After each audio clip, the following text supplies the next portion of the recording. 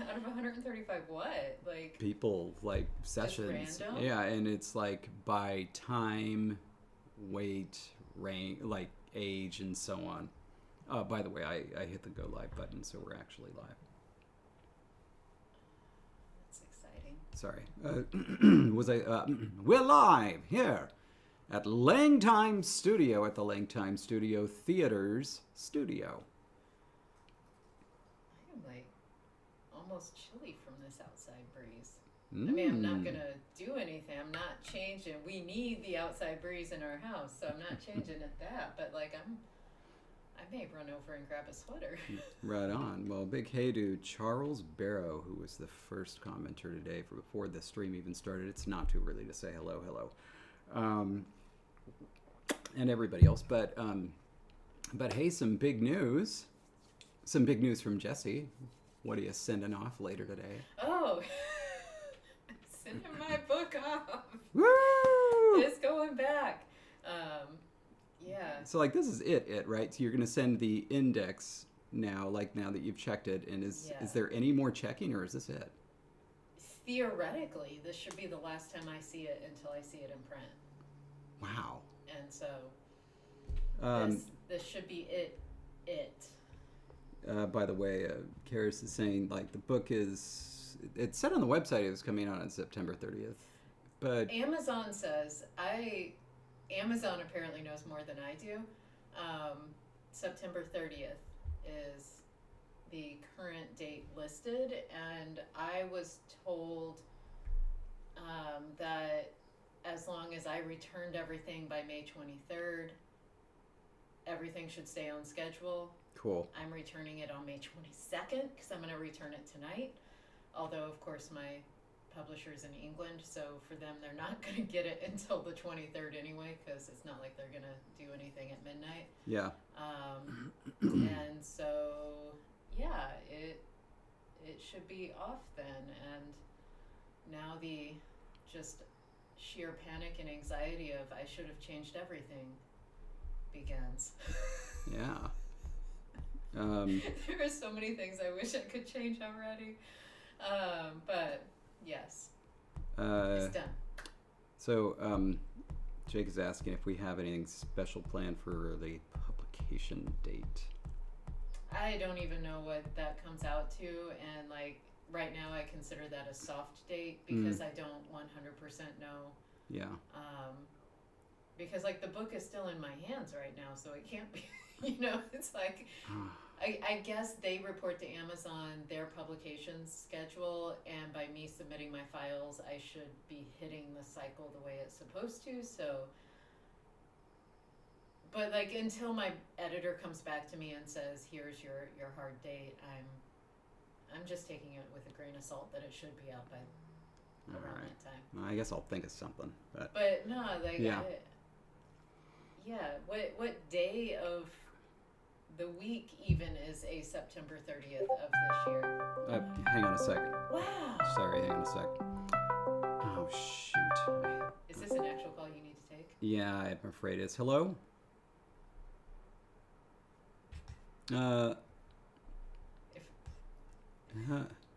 What on earth?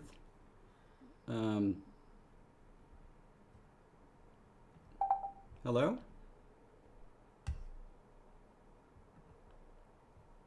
I have no idea what's happening, everyone. I don't either.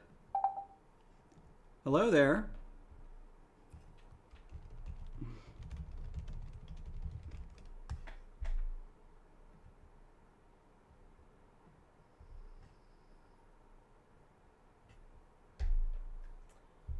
Anyway. Hello? Try saying something. There's no little green thing that's coming over you. I think this might be on your end. Uh-oh. Oh. I don't know what that was. I feel like you do know what it was. Tuesday, September 30th is a Tuesday, so if that date holds, we know. Tuesday is the day that books usually come out.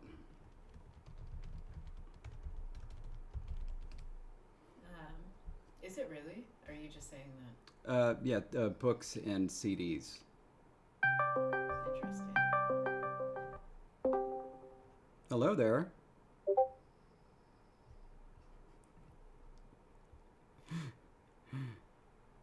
This is not working. No. Oh well.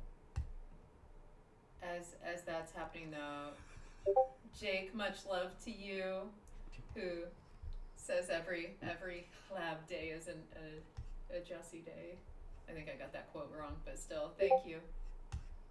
Much love to Jake and Miles, who do an amazing job. Oh, what's that? I heard something. Me? Yes, hello there. See, this is exactly why I'm making this call in the first place. Yeah. But we'll get to that in due course. First of all, is Jessie there? It appears she is. I am. Hello. Good, because I have a very, very important message for her. Okay, excellent. I acknowledge this is a little bit early, but happy birthday, Jessie. Oh, thank Hey, you. that's right. Saturday it will be Jessie's birthday. Hooray! Hey, thank you, babe. Yeah. You're very welcome. I hope it's a good day, and along those same lines, word has reached my ears through this very strange connection that I have that apparently the big book is finished. Yes. Yes. A hearty congratulations on that. It's a very momentous task to have completed, and David, I think this is your chance to redeem yourself. What do you mean? Redeem myself? Don't act like you don't know. Like, you know as well as I. 2 years ago, almost to the day actually, I was promised that when I attended Kopikon, everything would go off. I believe the words were "without a hitch," and we both know that there were numerous hitches along the way. And after conducting some careful analysis, I believe I have isolated the source of the hitches. It can all be traced back to exactly one thing, and that is the location. Oh. Because as you'll recall, there was some discussion about where exactly Kopikon should be held. There was some debate about which side of the Atlantic it should occur on, and despite the fact that it was a shoo-in for the western side, at the last moment we were undone by cunning arts of deception. But now, to celebrate this momentous occasion, we have the chance to rectify the situation. I will give you another chance, as long as this time it occurs within realms that are within sight of my domain. Oh gosh, well that's pretty restrictive. I guess would within 50 miles be okay?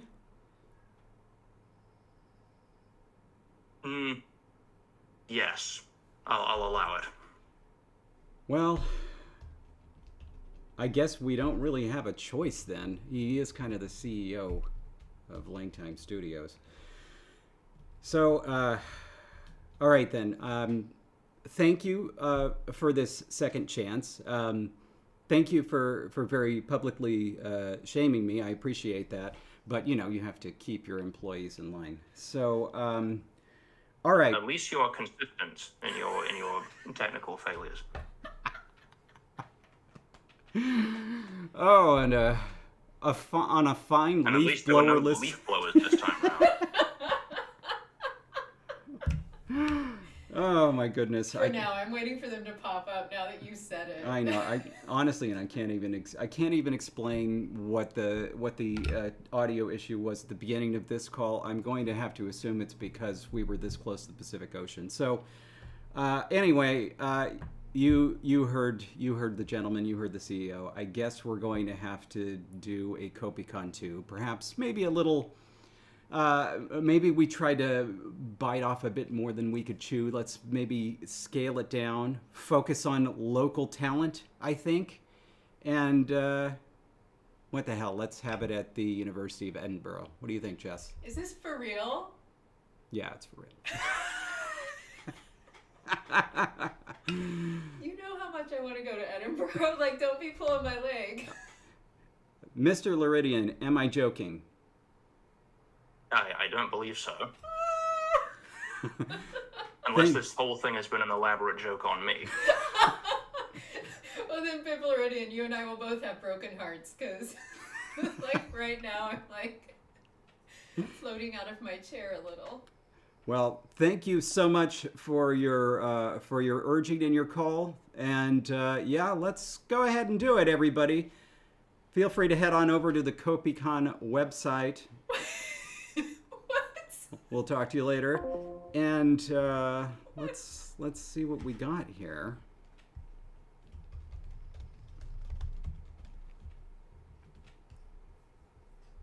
Oh my God, like, And I'm waiting for you. I'm assuming you're gonna pull it up, or should I, like, should I leave YouTube? What's happening? Dun dun.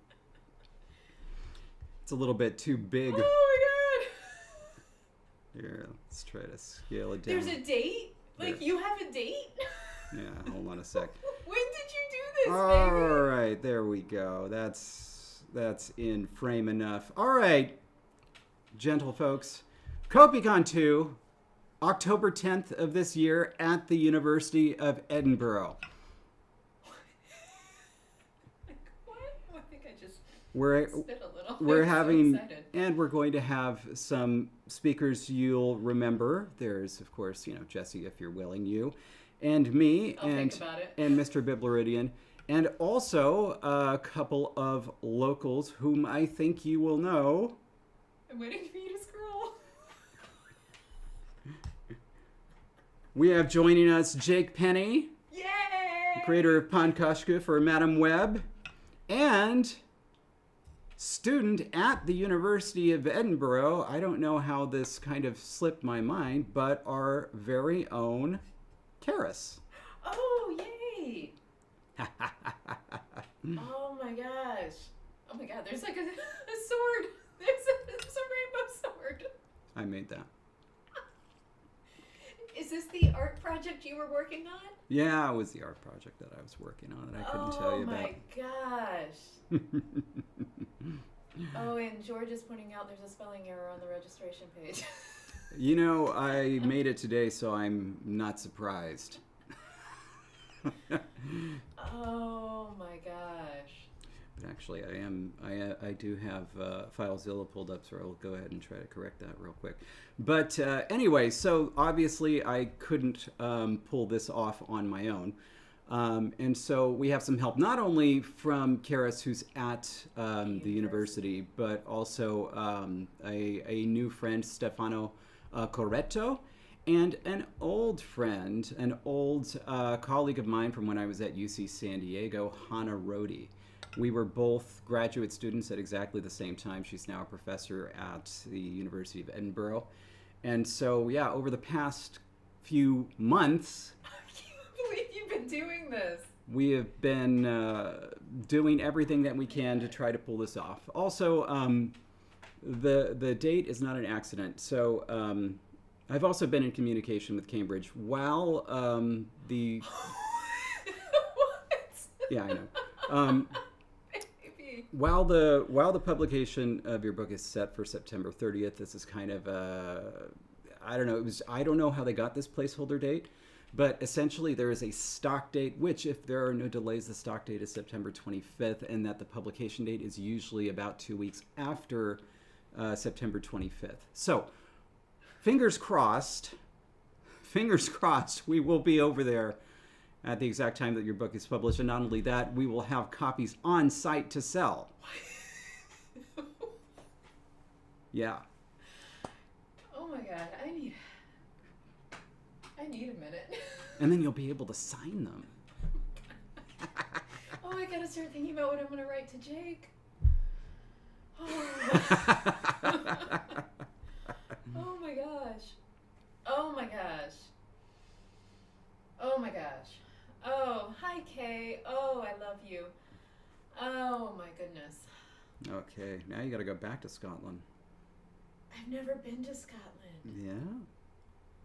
But Kay has been, so yeah, Kay, come back to Scotland. I've found the typo, hoping that there's only one, and... Oh my gosh.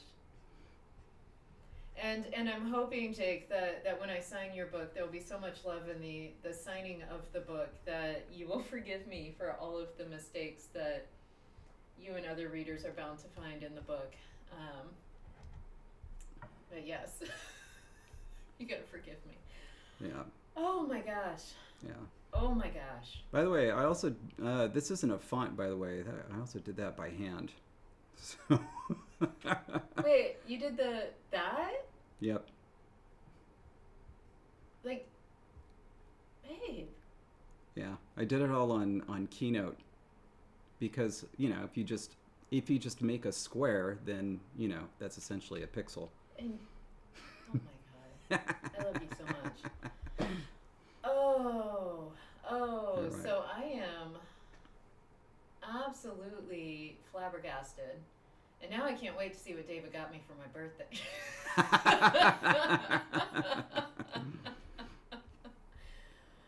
Oh my gosh. Okay, so now things will be able to move a lot easier because you can actually be in on the planning, which let me Yes. tell you would make things so much easier. I can't believe you've done all this.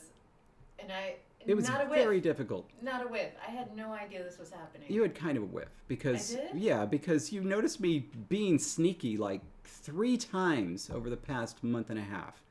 Yeah, but like, I just assumed you were like, I don't know, measuring a space for a piece of furniture or something. Or like you were making Something a slideshow you were going to play something tonight I at commonly the do. family dinner thing. Or, Oh, that's you right. know, We like, do things like that.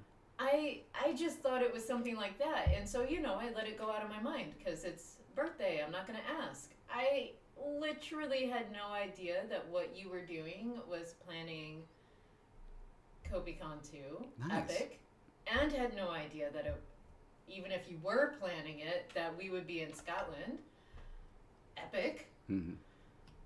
and that this was all coincided. And then immediately I almost went back to be like, we're going to be home in time to fly to Arizona, right? Like, Yep. Yeah, we will. Oh my god. I'm like shaking. I'm so excited. All right. No. And I had no idea Bibleridian was the one calling in. Like, okay. Okay, by the way, just for everybody else, registration is open already. It is going to be about the same number of attendees, which means that space will be limited. It's kind of like with Georgetown, it's going to be free for students and faculty and so on from the University of Edinburgh. General admission is going to be £40. But if you are a student, something, I don't know, we didn't think of last time, if you're an out-of-town student, registration is $20. And then, of course, if you are a LangTime Studio patron, provided you've paid up for the amount, it will be free for you. We are kind of, you can like register right now. We're going to be managing it on the other end. So like, yeah. Anyway. Okay, was that all the information that needed? Oh yeah, as for the room, like we have a room, or we think we have a room for right now, but we might change the room. So when we get that nailed down, that information will be on the site.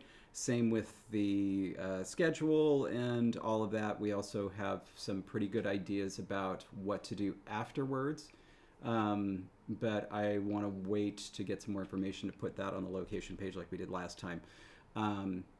And finally, what was it? Oh yeah, this is going to be a half-day thing. So we're looking at like a time block from like 12-ish to like 6-ish. Or maybe 5. I can't remember. Anyway, somewhere around there. But So yeah. no lunch break that we have to coordinate around. No, Just no once lunch. we start, we can go. No lunch break. We have to coordinate around. There will be light refreshment, but do not come expecting to be fed. We'll do that afterwards. And Nice. by the way, of course, you can see it out there on the site. October 10th is a Friday, so Oh, and also Karis is saying there's kopiko at ed.ac.uk for questions. There's an email. Oh, yes, there is.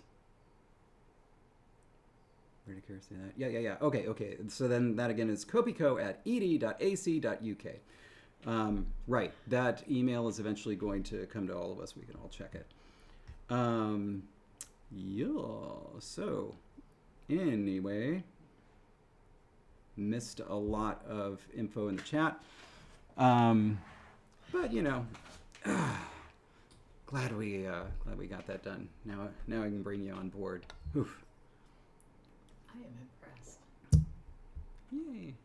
Very impressed. Right, Carl? That was my reaction too. And George, yes, we would love to do something on conlangery this fall. Since apparently we'll have all the announcements. Wow. Wow. Yeah. And this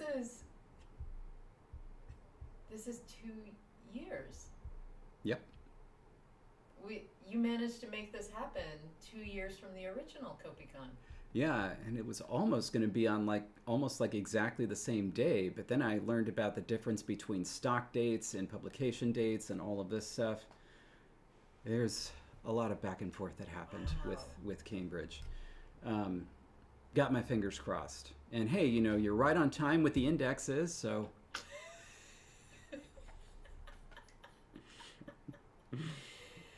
Should have been pushing me a little more. Could have been done a week ago. Hang on a second. I am so sorry. You know, this comes from me being, you know, the way I was with my academic experience. Karis is not a University of Edinburgh student. Karis is a postdoc at the University of Edinburgh. Very, very, very sorry. Very, very sorry. You know, who is a former University of Edinburgh student is, of course, none other than Biblioradian. I was going to say, isn't that where you met Viv? It is indeed. So now that will come full circle. Wow. Yes. That will almost be 10 years to the day. It'll be 9. Oh. Yeah. I guess we'll have to go back next year and make a 10-year reunion. Wow. Wow. Okay. Oh, this is exciting. Boy, are we even supposed to do anything after this? Like, I'm done. My brain is planning October already, thinking, what am I going to talk about? Whew. Yeah, we do have to spend some time conning some Lang, but yeah, big. I have to say, big thank you to Stefano Corretto, to Karis, of course, our own Karis, and to Hannah Rodi. And can't wait for you to meet Hannah. Hannah's so much fun. Anyway. Ooh, Mateus just signed up. Yay! Woo! You are known. Yeah, you are known, of course. We think we know you a little bit. Yeah. Also, like, just I guess for our numbers for speakers, so speaking to Jake and Karis and Biblioradian, I think we all should sign up as well, just so that it's in there. I don't remember. Anyway, they're managing registration, so I just want to be sure we get all that in. So yeah. Anyway, any other questions? Feel free to ask them as we go along. And I'm glad you're here too, Kay. Oh, what a fun day to tune in. All right, so yeah, let's go ahead and handle this stuff pretty quickly, because the poll, while fun and exciting, it was just very straightforward, just Okay. easy Victor. We were talking about whether adjectives were going to agree with nouns in any way. Okay? Mm-hmm. So that was the poll. Option A was that they were not. This is going to be like Haughòf. Haughòf adjectives, wait, they do agree. They agree in consonantal mutation, but that's it. This, they wouldn't be agreeing at all. So that was option A. Option B was partial agreement. This was kind of interesting. The result is each adjective will have 4 forms. How the forms will be sprinkled across the paradigm will differ depending on whether the adjective begins with a consonant or a vowel. And so you see there is basically, there is plural agreement always. If it begins with a consonant, it starts with A. If it begins with a vowel, it starts with M. Then there is non-nominative agreement for singular. And that is going to be either an O or an A if it starts with a consonant, or it's going to be a W, H, or M going on if it starts with a vowel. So that's kind of fun. Euphonious insertion is not agreement. It's just inserting a consonant in between 2 vowels and a vowel in between 2 consonants. The vowel is A, the consonant is H. And then plural agreement is basically the vowel, or the adjective shows either with an H if it starts with a vowel, or an A if it starts with a consonant, when it is in the plural, and that's it. So those were the options. There was an overwhelming victor. Like one got another vote, but basically the overwhelming winner was partial agreement. Kind of the fun one. So some nice adjectival agreement. So with that out of the way, we can move on. Oh my goodness, look who is coming. Artifexy will be there. I just saw that. Woo-hoo. I swear I heard like 2 words you said in that entire spiel about the poll. I am. It's like I'm buzzing on the inside. I can't do anything now. I don't even know who won really on the poll. Love you. I love you too. So can you say again what something's happening? Par- Plural, Partial agreement. Partial agreement. Don't worry. I think honestly the easiest thing to do, I set up all these nice tables, is to just use those tables and plunk them down in the adjective section. I think that's a good plan. Oh, For the first time, Patrick. ooh, that's exciting. By the way, Patrick, thanks for predicting / blowing it, throwing out Kopikon II right at the start. I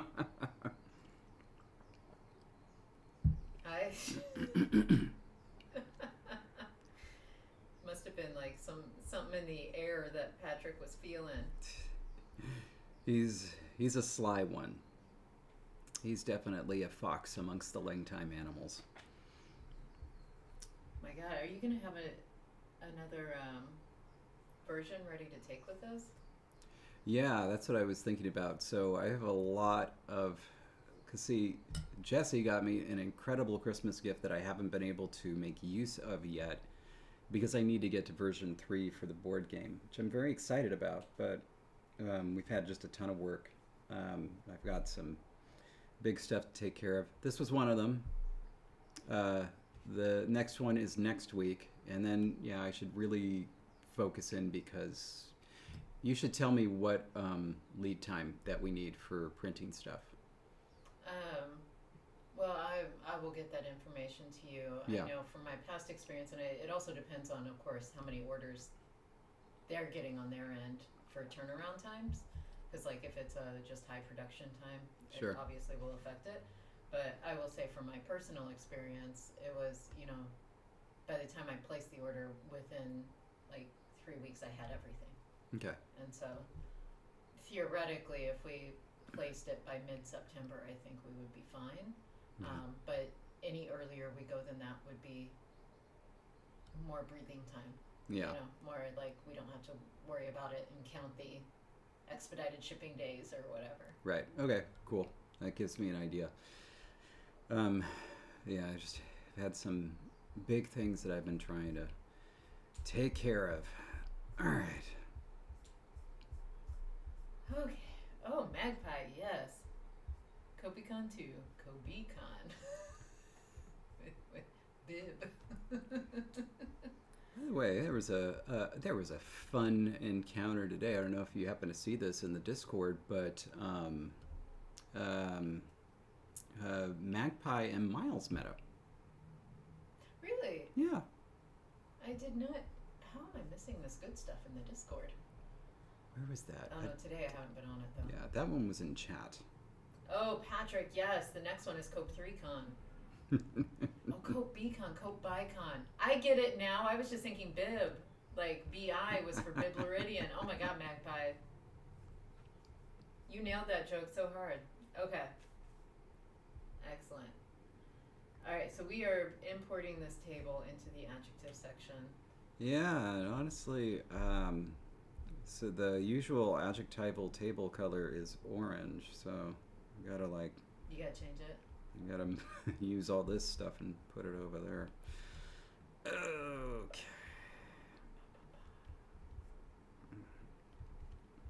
Anyway, but But yeah, so I'm gonna be doing this silly stuff for a bit. So maybe Ooh, Jake suggested Kopikon with 2 I's in it for the little, like small Roman numeral II. it reminds me of the bit of the One Piece mini arc we were just watching, where they go to an island where everybody's long, and so it's like they're saying, "What's the name for this?" Obviously, it's in Japanese, but it's like, "Is that a horse?" He's like, "No, it's a horse."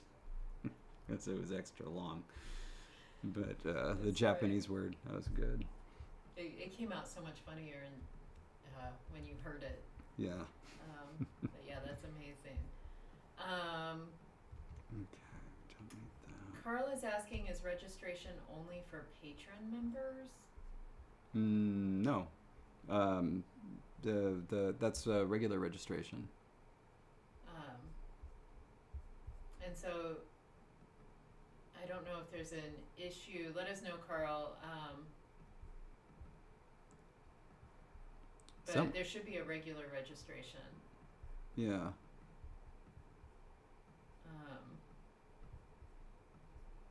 And Kobe's birthday is October 10th, so it'll be a birthday celebration that day. Wow. And Kobe's registering, so hopefully we get to see Kobe in person Oh my on God. their birthday at Kopikon. Oh my God. Kopikon. Man. I haven't been checking. Is Jonathan gonna be there? Jonathan's only ever been outside the U.S. once. I feel like somewhere earlier in the chat, I think Jonathan mentioned October's kind of a crazy month for them, so I'm not entirely sure if that meant this was going to add to the craziness, or if they needed time to think about it first. That's the tough thing about doing something like this. It has to be held somewhere, right? And so it's always going to be difficult for some people. And so it was really cool that we could do something on the East Coast, and it was nice and easy for everybody that was over there. And so this will be nice for those who are closer to England. Well, if we continue this, babe, every 2 years, it would be nice to also have something out this way. We do have some West Coast conlingers. And then something in our neck of the woods? In mainland Europe. I mean, we can just be bouncing around all over the world. Yeah, it's very true, Mateus. It's not everyone can be at all of them, and that is just how it is. But I'm also I think it'll be nice, even though it'll be a shorter day, which means fewer speakers. That also makes it nice to be able to showcase people from different areas if we continue bouncing around like this, so very cool. Yeah. Oh, and I think I need to double check. Oh, things in my head are spinning now. I need to double check, but our ability to land in England should still be good. When we got approved, if you recall, we had to do the approval. And I think the approval is good for a full year or something. And so, but I will need to check that to make sure we are still approved to touch down in England, so they don't just kick us out of the country. Nice. Yeah. Ooh. Then once we get there, we can decide if we even want to come back.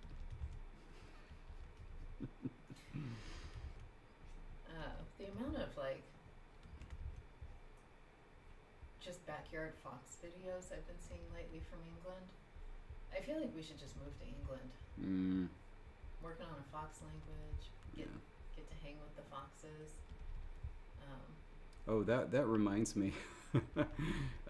Jonathan posted something just fantastic of a creature in their backyard. I saw. And I did see that. And Jake said, "That's a lanky fox." And I think that Jonathan was as puzzled as I was. I was like, is that a joke? But no, it was indeed a coyote, which is probably not as common around Jake's parts. Probably not. Yeah. No, that was an amazing coyote picture, and I love the picture of like the coyote right outside the door, and Lavuna is like absolutely like, I'm not giving you the time of day. Just back turned. So amazing. My goodness. Getting closer. Yeah, you're right, Miles. Lavuna was just absolutely the best. Did Lavuna react when she did notice? Like, did she growl, hiss, or do anything else? I feel like Roman would have been in there like meowing like crazy if Roman saw something like that out there. Oh yeah. Roman, every time he sees something out there, is always meowing furiously, and then he comes to me and he looks sad, as if like, it's out there, do something. Well, also though, I always feel like Roman wants to be outside. He would enjoy his very brief life as a barn cat. I think you nailed that. Yeah. He would think he's cut out to be a barn cat until he goes into the barn and has no idea what to do with what's waiting for him.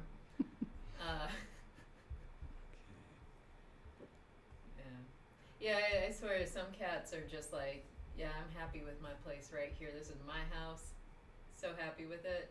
And then other cats are very much ready to jet outside the moment they can. Okay, that's set. Oh, tables were down there. That's all right. I like these better. Okay, so this is not comparison. This is going to be, oh dear, oh dear, oh dear. David. Oh no. Let's just write comparison down there, and this is going to be agreement. It's kind of,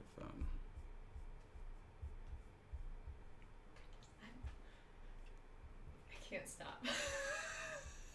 I can't believe you did this. I'm so glad that I can still find ways to delight you.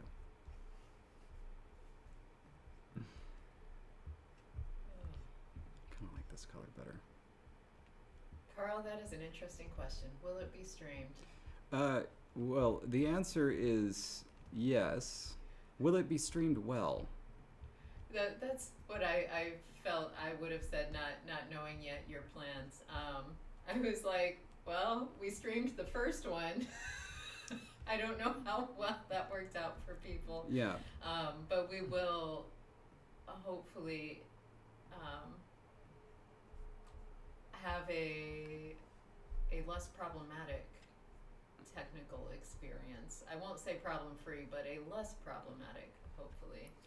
So here's the thing. Obviously, everybody, like, you don't even need to have been at Kopikon to know what went down. All you need to do is go see the videos, especially the ones from the beginning.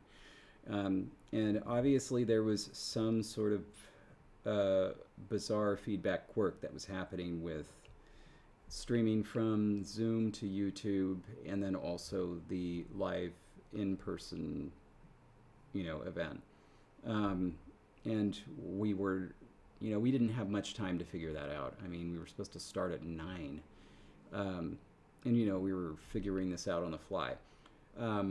We at the very least know what happened now, and we've got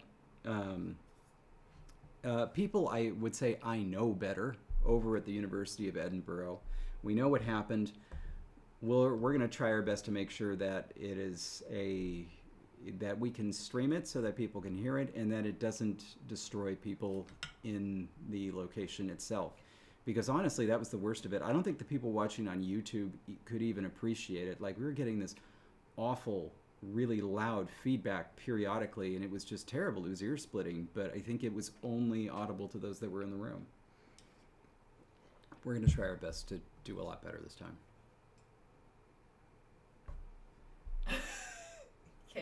Kay says we definitely need a tech person to go with us. Cough, cough. Wink, wink, nudge, nudge. We could have Kay take care of all those issues for us. And as Kara says, if the streaming goes well, it was Kara's. If it goes bad, blame David. Yeah. I unfortunately now have a track record of technical issues. That continues today. But you know what? It's in our heart to share what we can.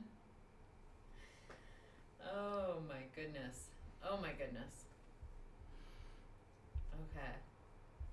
Carl says if we do it on the West Coast in 2027, gonna be there. That would be nice. I mean, I've wanted for a long time to do something on the West Coast. Haven't gotten the chance to. That would be nice. Yeah. We'll see. 2027. I feel like, fingers crossed, I feel like 2028 would be better. What's happening in 2028? Why is that different? Well, it'll either be better or a lot worse. What's happening? Hopefully. I'm like counting the years. Hopefully a new president. Oh, I see what you're saying. Yeah. That's why it just feels like there's just extra motivation to do things outside of the United States right now. Just to make things easier on everybody else. You know, well, you also have to give things time to settle down anyway. So 2027, we could, go to mainland Europe, and then 2029, West Coast. And fingers crossed, a lot of things are better in the U.S. in 2029. Yeah, Fingers crossed. We didn't say West Coast of where. Here we come, Perth. There we go. There we go. I've never been to Australia. I've never been to Australia. Never been to the Southern Hemisphere, thanks to COVID. I haven't either. Yeah, I had to think about that, but no, I've never been south of the equator. Okay. All right, so first let's look at the adjectival agreement chart. I want to be sure we write down what's happening here so we know. This is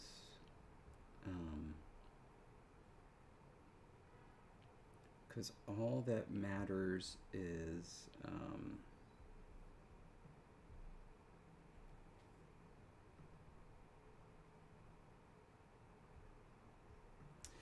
I think okay.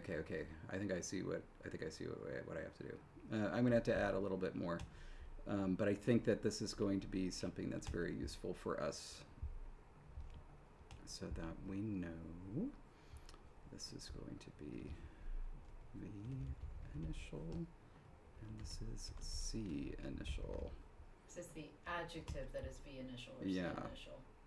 Yeah, and actually I went to the trouble of highlighting the case forms for all the nouns. Maybe I shouldn't have done that. Maybe it should have only been the adjectives. You know that, like, it highlights, though, what's being copied over to the adjective. That's true. If we label the table... No, because Keisha's being repeated, so you see that that's not what's changing, and what's changing is the Haughòf or the owl.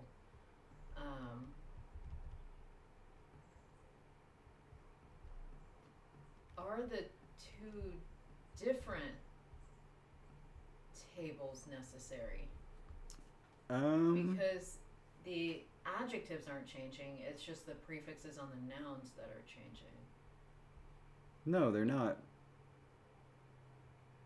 And it's only the only... Good catch. Good catch. All right.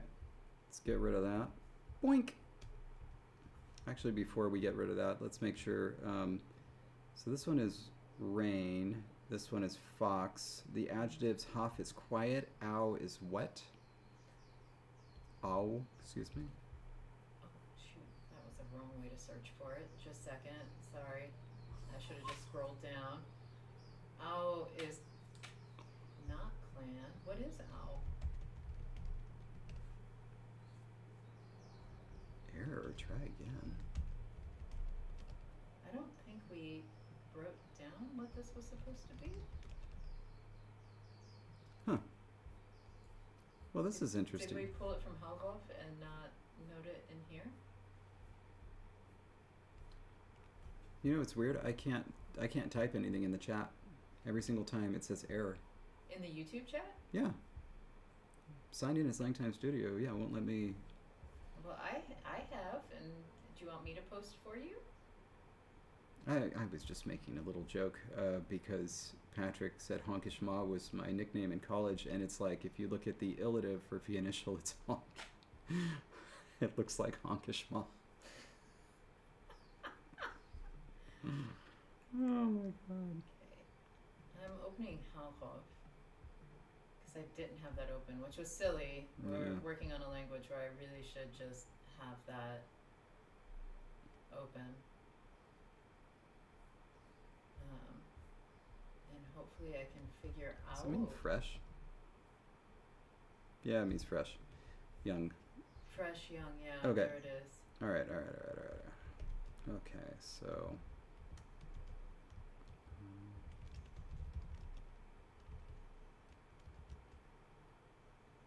Oh, whoops.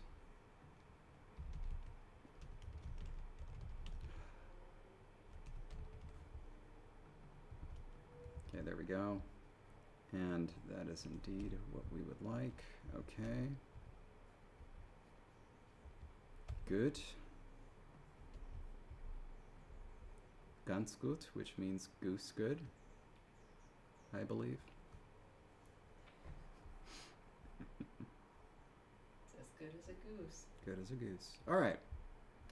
Okay, so then actually aside from figuring out comparison, which we don't necessarily need to do right now, yeah, we can add adjectives. Is it time? Should have had one right after the Kopikon II announcement. Kopikon, rather.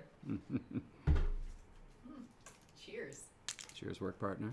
Boy, if we make another big sign for everyone to sign, we're gonna figure out where to hang it in our house. We're gonna have to like take some things down, make room for a big thing, a big Kopikon.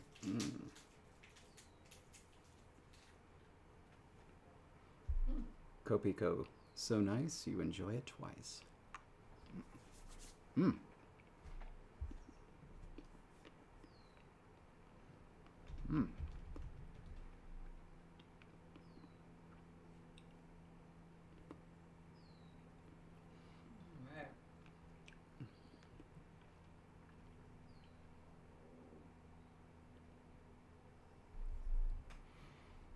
Vancouver is a very, very lovely city that is possibly one of the most expensive in the entire world. More than San Francisco? I believe so. Either that or it's comparable. Good stuff. My taste, we will not make you eat another Kopiko. Or at least I won't. I won't speak for David, but I won't make you eat one. You'll eat as many Kopiko as I eat onions while on holiday.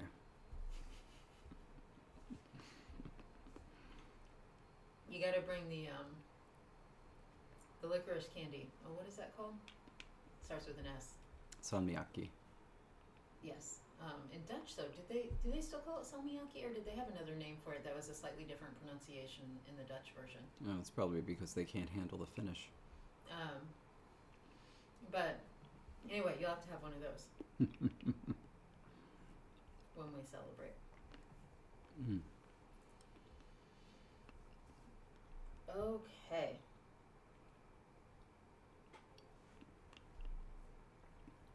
So we can put owl in the dictionary now, so that way it's in the dictionary. We should. I was just taking a look at comparison in Haughòf to see how it was done there. And it looks like it was a verb.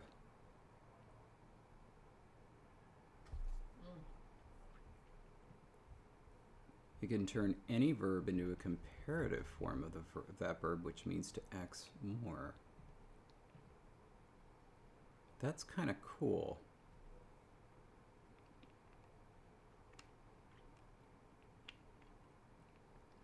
If we did that, then we wouldn't need to have Mm-hmm.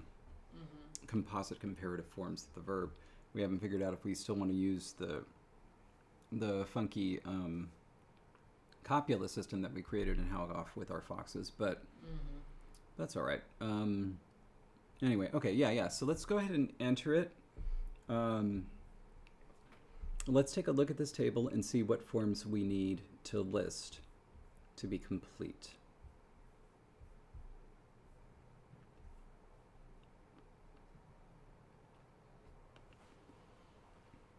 It looks like we are going to have to list plural separately because of consonant initial forms.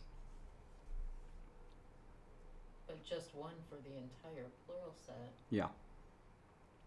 So nominative singular, nominative plural, accusative singular. This is really hard though. Like, would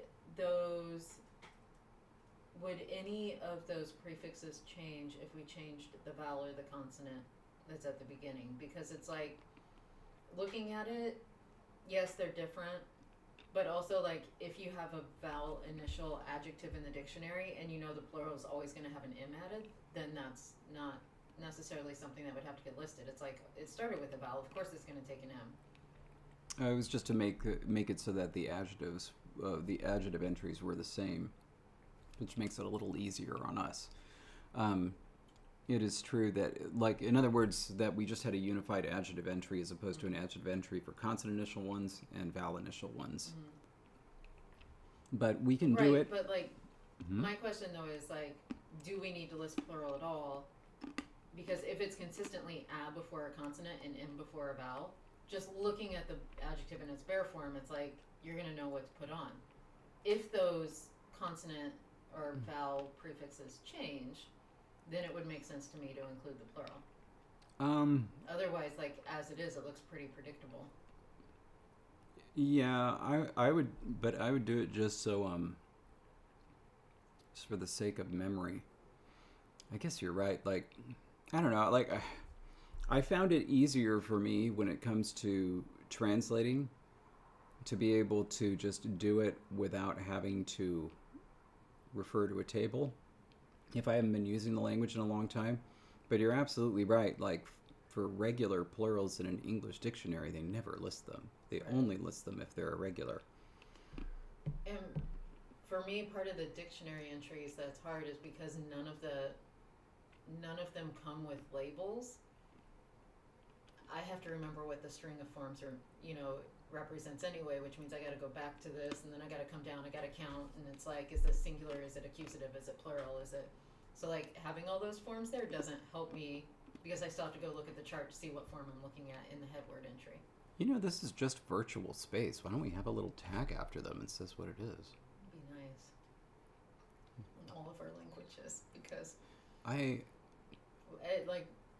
literally every time I see all those listed out, it's like, well, that's nice, but I don't remember what any of them are because it's not consistently like every form in every language gets a head thing. And so like I don't remember what they represent. I have literally never once considered it. Like, I never even thought of it. That's the only reason. Interesting.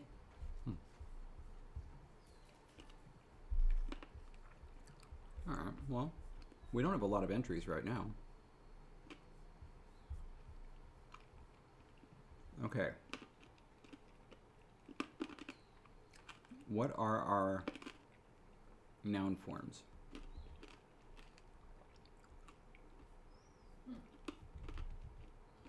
we actually write that or did we just? Might not have written it yet, and I'm pretty sure it's nominative plural for the first one.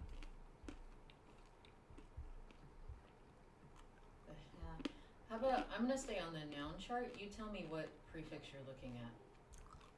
Ha is nominative plural, yeah? So I can get in there. Yeah. Is it anything else? No. Ho? Is accusative singular?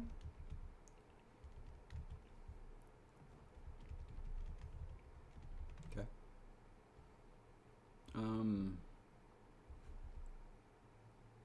Oh, that's irregular.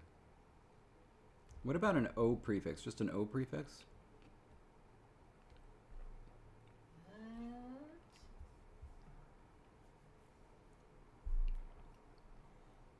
It looks like that could be locative, depending on what it starts with. Does this happen to be the word for clan? It's ovao? Yes, Yeah, it does. yeah. Yeah. Yeah, okay, then yeah, that's the locative singular. Okay, then what about ajao? Is genitive singular. All right, those are our forms. And I now invite you to take a look at the entry and tell me what you think.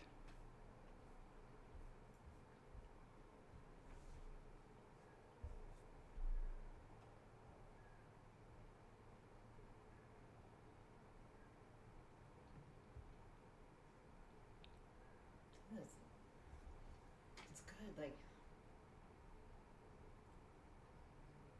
staring at it, wondering if there's ways to make it less obtrusive, because it's like I get why we've never labeled all these things. It's just it also means it doesn't help me, which is why you'll see in a lot of my own conlang dictionaries, at most I list like the singular and plural form, and it's like that's it. Otherwise, like, and like for my Nissa language, it's like I barely even did that. So like everything is just like, here's the head word. I got the grammar document to figure it out from there.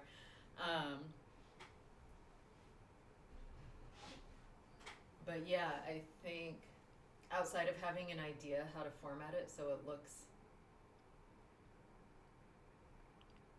a little bit more like a tag, I don't know. And I think in part because it's like, you know, we obviously use the square brackets for the IPA. But like you don't want to use parentheses because those are used for other things. And so square brackets seems like the best option for grammar labels. Well, something like that.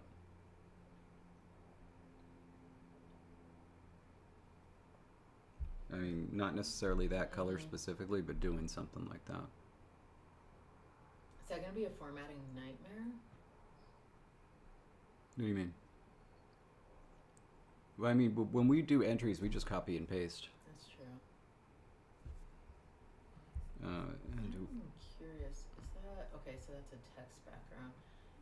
yeah, is there another way? I don't know. Like I'm highlighting the other one just to play. Like it's just so big. Yeah. It's because it goes. It's doing the safe box basically. Yeah. No, I think. And then yeah, we can kind of play with the color of it. What is the noun color? Noun is blue, right? That bright blue. Yeah, We could kind of I'm make doing the it. same. I'm doing it.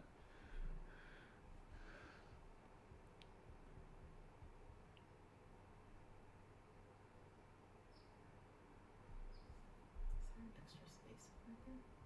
Ooh, there is an extra space.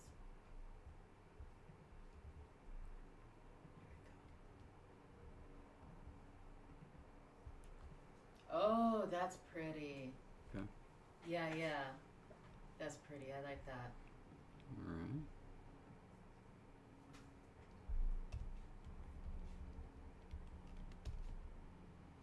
So remember the way that it does the highlighting is like that, because I had done one of my dictionaries. I used basically this kind of same thing to indicate where I was putting the etymology of the word, and you know, so I put like the word origin, and I did this, and then I put it behind it, and it looked really pretty. But anytime I did a special character or something, it made that text line bigger, and it made that box bigger for the word origin, and I was like, why? That is an interesting question. Hold on a sec. Haughòf.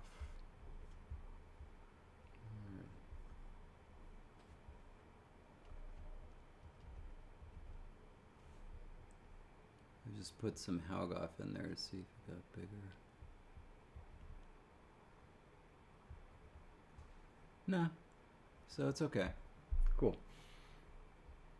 Alright, well let's do it to it. And it's good to go after. Some people are saying they write it before, like plural definite and then the prefix, plural indefinitely.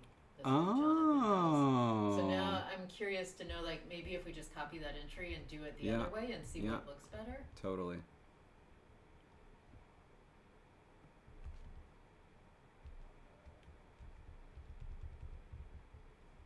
Oh, I'll do the locative singular, because by Okay. the time I get that one done, you're probably gonna, no, I can't, I gotta wait, because as you move text, it kills what I'm trying to do, so. So that didn't work. Oh.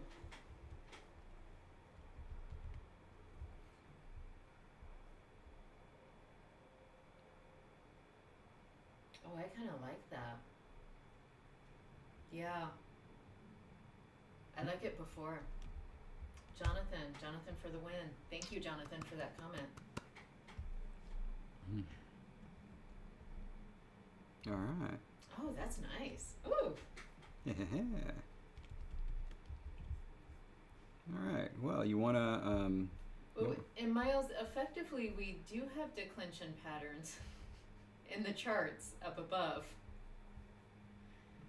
Because, like, we break it down by the information that's needed for, like, where the sound changes are.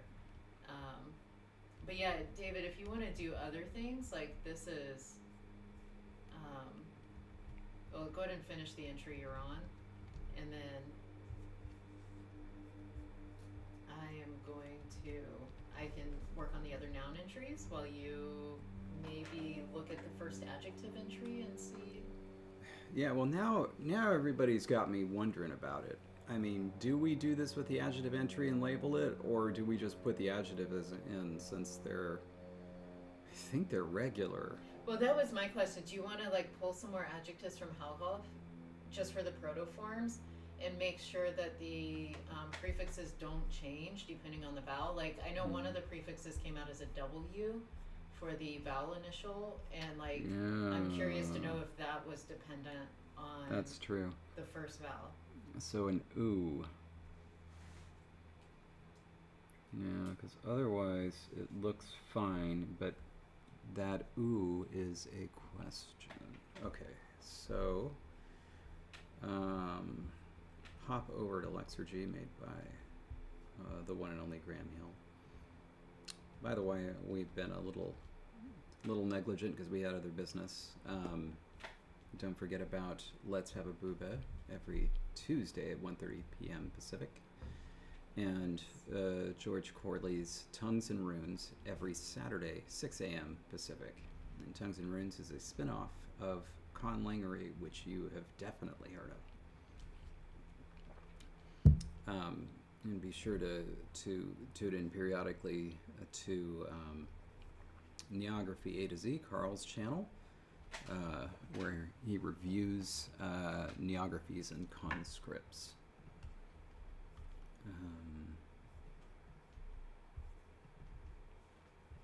Okay, what am I doing? I need to find, okay, all right. Looking for different forms. Adjective. Yeah. So, it's a V initial, and something in a W, accusative singular. What was the accusative singular? We have,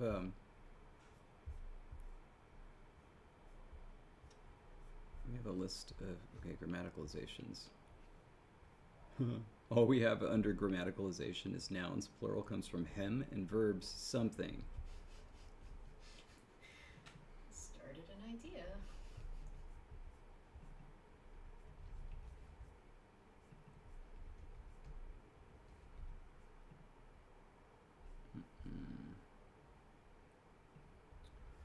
Okay.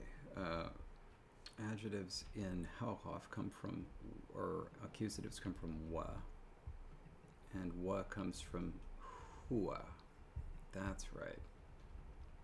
Okay.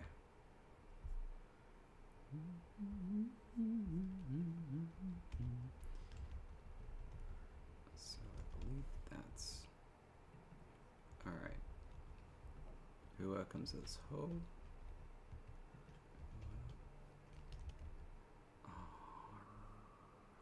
How about that?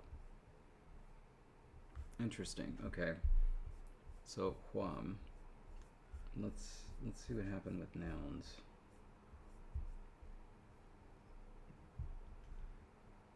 giggle every time I see wall-eye.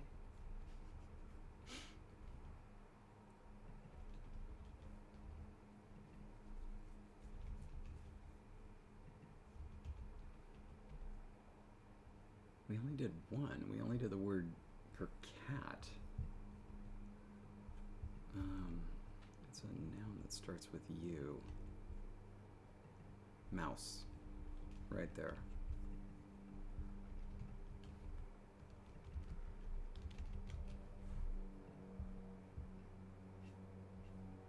Well, that doesn't help Alright. very much.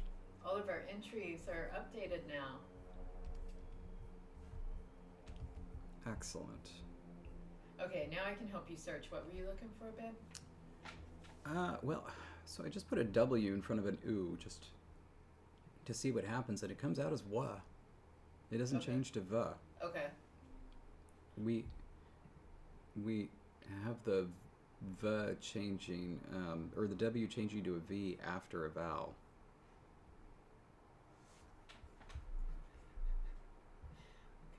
Sorry, my Later, system George. activated and tried to answer your question, which was really funny. Hmm.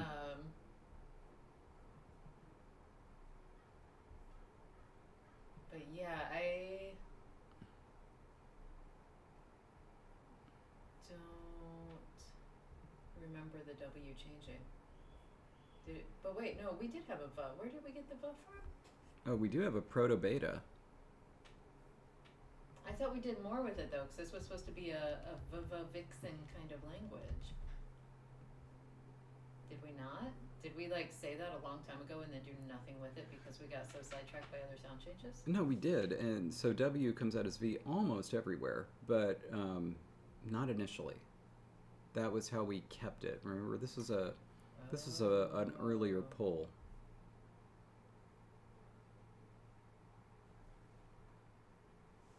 After a voice. Okay. Okay. And then I see word initially. Okay.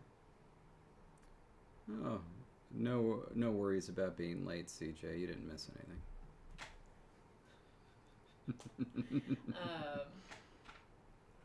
So yeah, so it does just stay what then in front of all the vowels, yeah? Yeah. So that means that it is regular. And the locative, because it's shortened, is going to end up being regular in front of all consonants, right? So it's just O. Because in front of a noun, it's not always necessarily predictable because you get like the versus the versus whatever. But it was shortened. With its reduced form, it's always going to be O in front of a consonant, for the genitive and locative in front of a consonant, and then ma. And so yeah, like if there's nothing that changes, then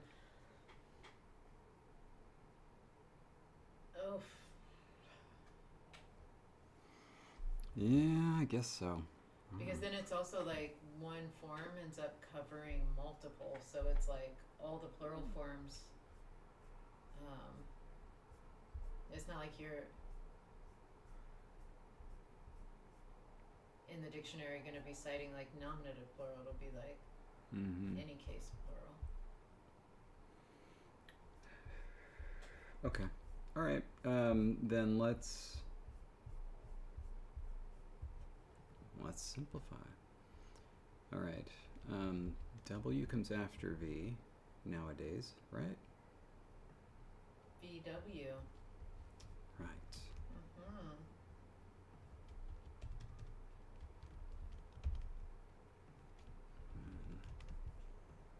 So this will be adjective. And this will be young and fresh. Okay.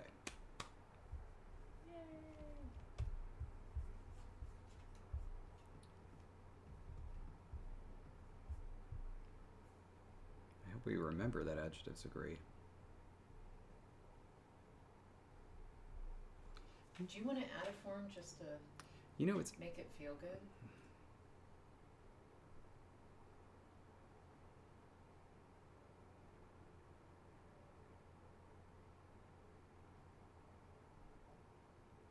do. I see that shawl working. I do. Which form will make you feel good?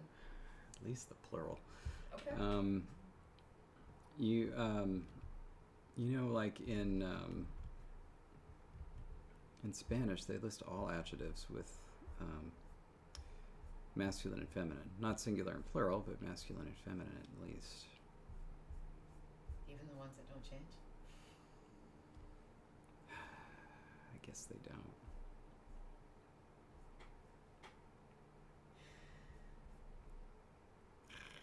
I forgot what I was looking for.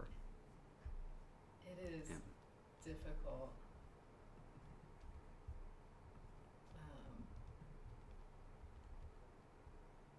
Just PL or make it a little bigger? No, I would say just PL because like it's all the plus. Got it. No, I meant like PL or versus PLUR.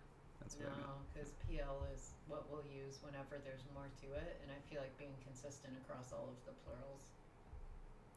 Right. FFDBAA.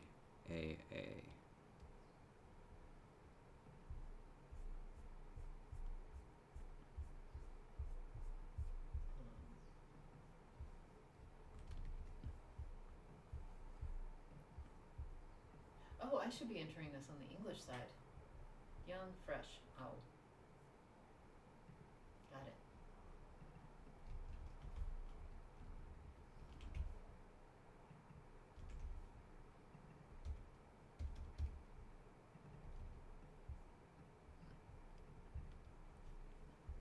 All right, there we go. And now quiet.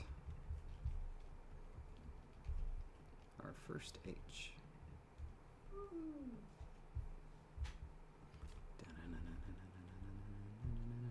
Oh yeah, we didn't even have any H's in that. I'm sleeping. Right. Haughòf is quiet.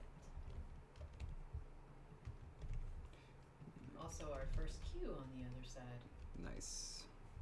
Never surprising. Ooh, it comes from Huff, actually. There we go. Yay! Nice. Oh, that's exciting. Okay. Yeah, so we've reached a point where we can begin to stretch the grammar out a little bit more. And so what do you feel like doing? Delving into our verbs to figure out some sort of inflection. I feel like trying to start brainstorming what I want to talk about at Kopikon II. I'm apparently a speaker. Not only that, I mean, at Kopikon there really wasn't a main speaker. If there was, it was Mark Okren, right? But you're the headliner for this one. Not sure. Other people may see it that way.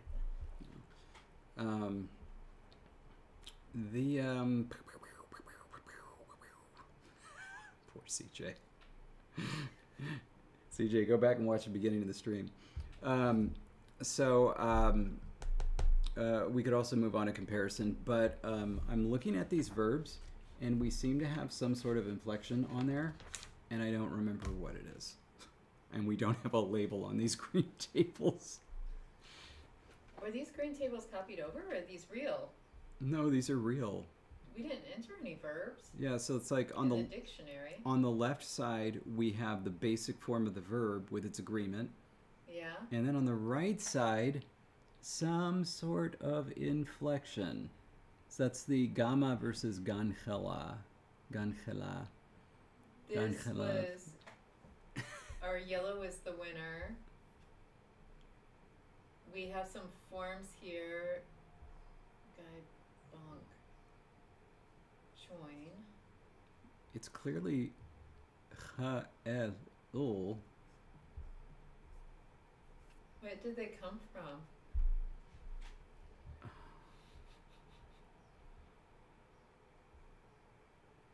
And this was, wait, were these from the same sources as the Haughòf and we just had them join instead of stay distinct units? I don't know. Or if just like it's not going to verbs in Haughòf. To catch is kol, K-O-L. Does that, and och is to sleep, O-H. Raj is to walk.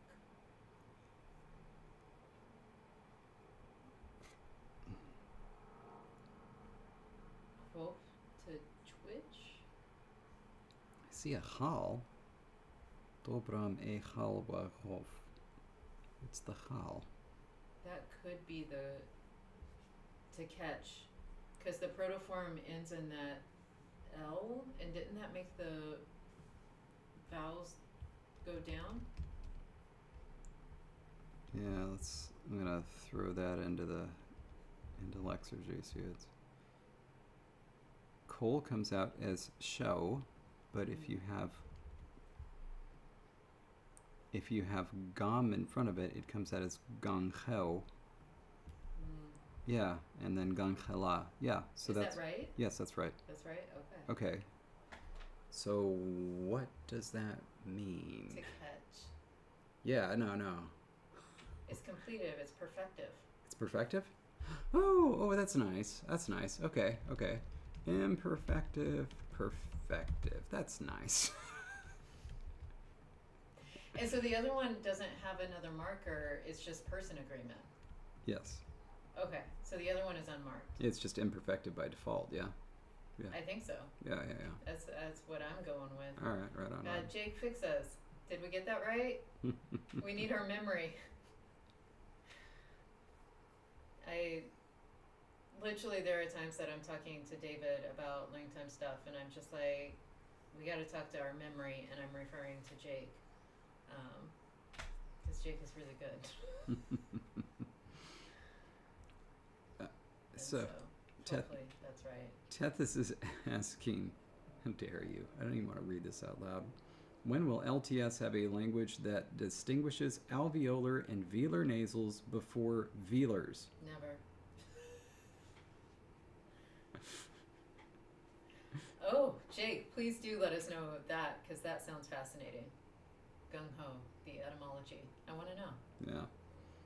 The very closest that you get to distinguishing this, Tethys, in any language that I can think of is uncle and uncool. But there's a lot else going on with that. I'm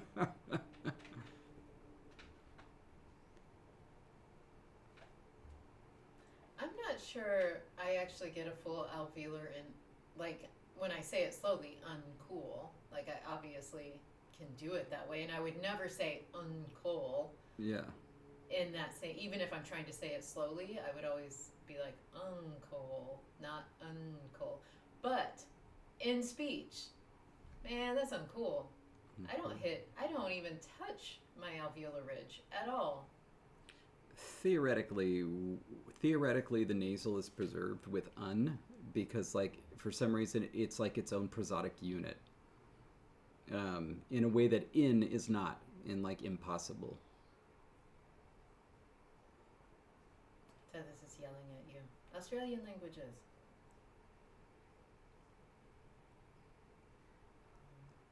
Anka versus anka. Come on. Wow. Just because something is possible doesn't mean it's a good idea.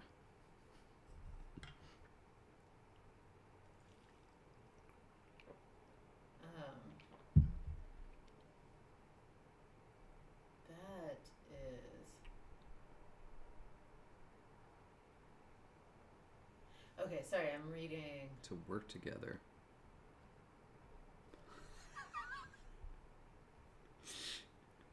There's that W to 0 at the beginning of a word again. To work with. Okay, nice.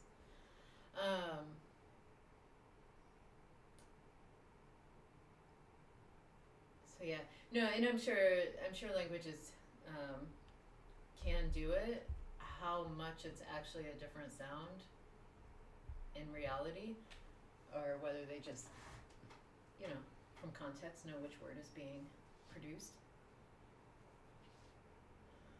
Who knows? Oh, that's weird. You're not a mod, Patrick? Why is that? We all remember. Man. That was a day. That was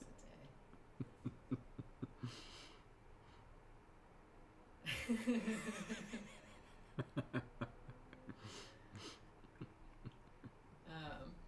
Okay. Okay, so we have this nice perfective, which is lovely. I'm not sure if we want to think about negation. Might be actually good to just tie a ribbon around adjectives and just decide how we want to do comparison. Okay. We can do that, yeah. Sorry, I'm still thinking about ins and like, yeah, anka can do it, but like in fast speech, how long will that be preserved in reality? I actually have an idea for Anyway. comparison that viewers may be guessing at.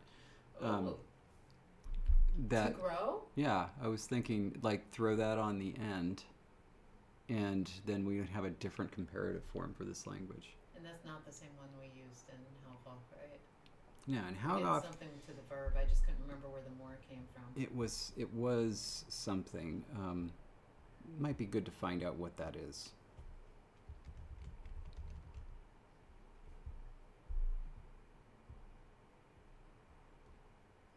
It's very useful to be able to throw a comparative on an adjective, though. On a verb, I mean.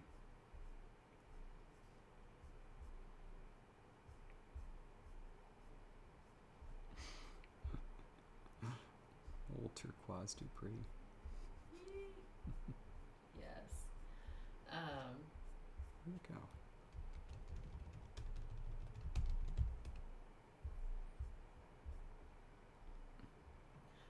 I'm good with it being on the adjective to mark not only a different form but like a different grammatical structure. Dang, we've been so good about putting the etymologies in these, but we didn't with this. Right? Like I didn't see it noted either.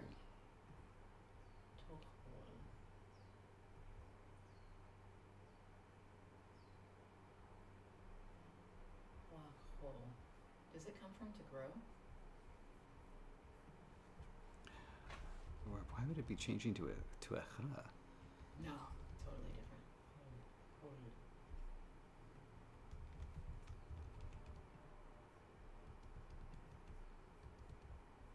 The only place the sequence V, O, grav, L exists is in this thing on comparison.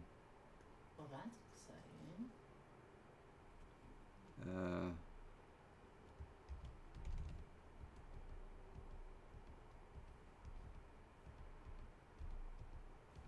to see if we have.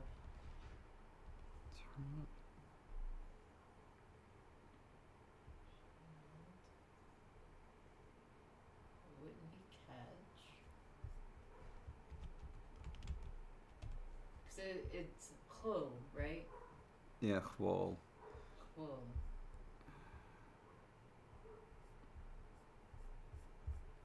Would like a TY be back at some point?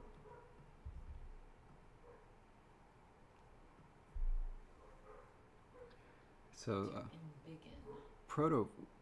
What was that? Oh no. Like I'm trying to like think of synonyms in my head that like I could start just searching for meanings. Sorry, that was me Yeah, thinking.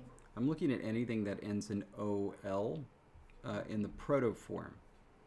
And we have catch, this, dog, which is bell, an old word for dog, and bowl, puddle. Like coal is, the catch is the only thing that's close. Did we lose this word? Did we never write it down?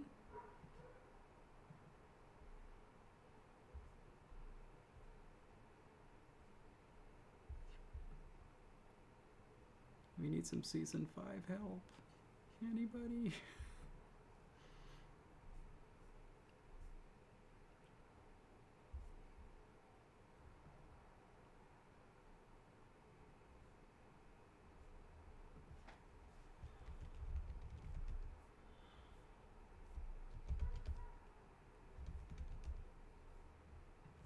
I don't know.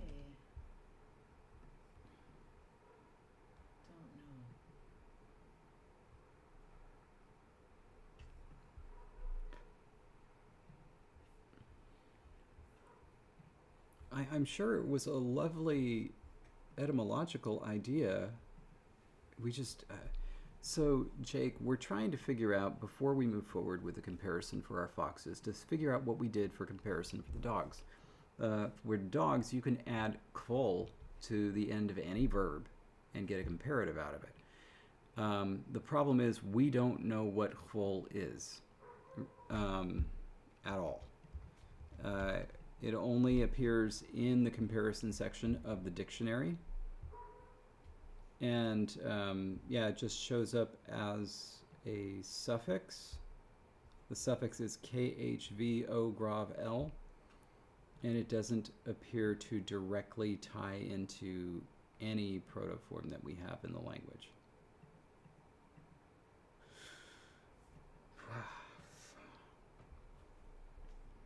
But like, we wrote up this whole comparison section. We clearly had a really good idea and a unique idea. I love this idea of adding just whole on the end of a verb and you get a comparative. I'd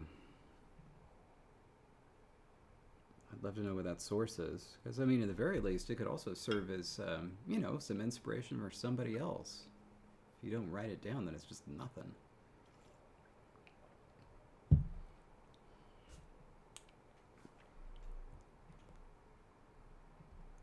By the way, I wanted to share something that I learned about Amharic. It's not the first time I saw it. The first time I saw it was for the second talk I gave at Google. It was just this wild, incredible agreement where if you look at the verbs of Amharic, it looks as if they're agreeing with adjectives by taking the consonant, they're agreeing with prepositions by taking the consonant of the preposition, geminating it, and putting it after, like, as an infix on the verb. It turns out if you look at it, what's happening, the gemination is likely due to, you know, something having to do with prosody. You just have these prepositions that should be very familiar to Arabic speakers, but and le, right? And what they're doing is like, there are these kind of incorporated verbs or applicatives where you say like for my sister at the beginning, lamb I cooked for her. And so basically the la, it's just the for her is showing up again. It's like for my sister, but it's for her also over here. And so it ends up just looking like bizarre agreement, because the whole thing ends up incorporating into the verb. It's very cool. Anyway. Miles says the protoform is Q by labialized Q, and then beta OL, but we don't have a meaning associated with that yet. Okay, that's good. That protoform occurs nowhere in our document. We didn't write it down. It's good to know what the protoform is, though. So, Mate's correct. It's essentially, it is just double marking.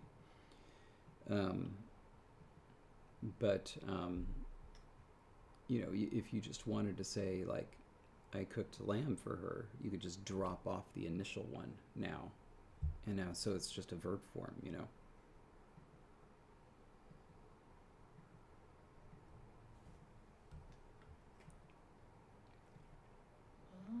Well, the closest we have is to sing. that's not it, because that's with an O-A-L. And that comes out as Koval. I'm pretty sure that we gave it a meaning, and that if Miles is looking at episode 5, he'll be able to find it.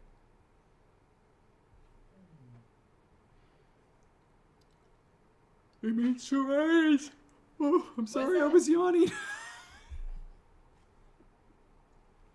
It means to rise. Oh, thank you. Thank you, Miles. And David, no thank you to you. Miles. Oh my gosh. Miles. You just saved the day. Thank you.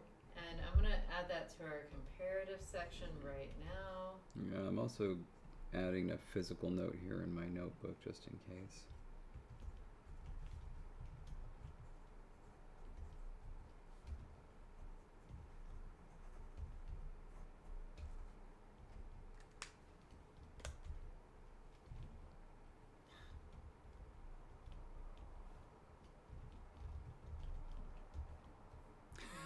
Double checking Well that done, Miles. protoform. Oh, with a beta OL. Okay, okay. To rise. Okay, so I've got that in the comparison section.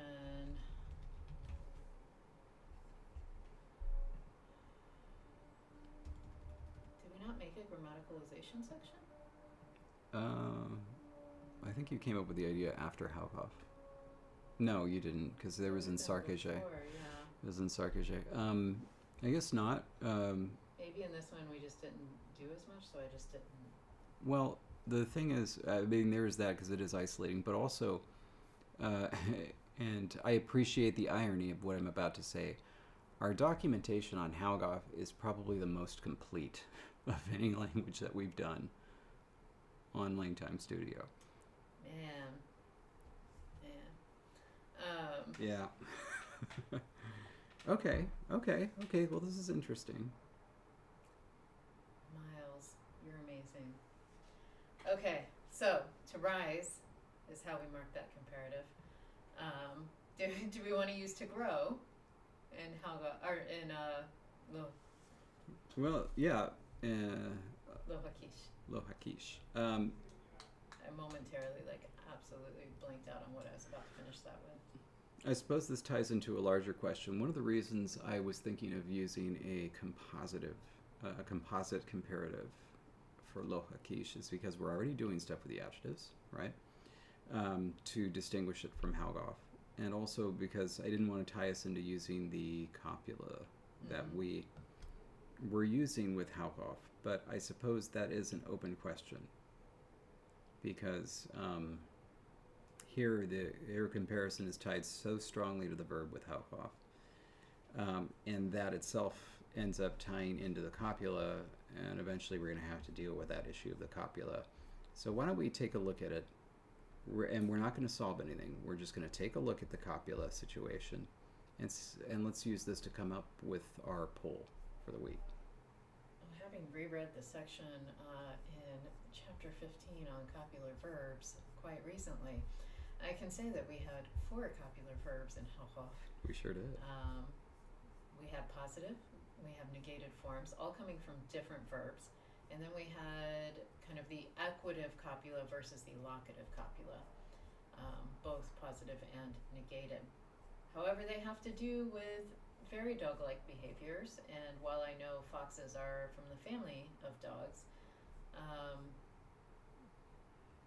I honestly don't know how dog-like they are in the sense of shaking thing off. Yeah, you're right. Kind of it's very, to shake something off was I believe the locative negated form, or was that the equative negated form? Here, I have it pulled up on the screen here. This might be good. Both of the equative forms are very doggish, to give off scent and to shake. Both of the locative forms are kind of standard. It's to stand and to flee. That to me means if we do have copular forms, it might be better to just adopt those locative ones and use them for all of the copulars. That is what I was thinking. So I'm I like form an option A here.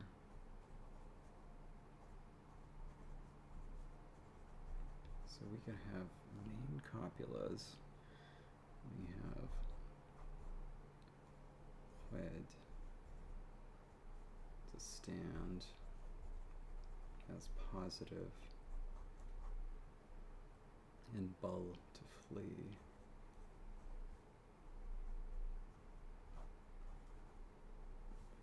As negative.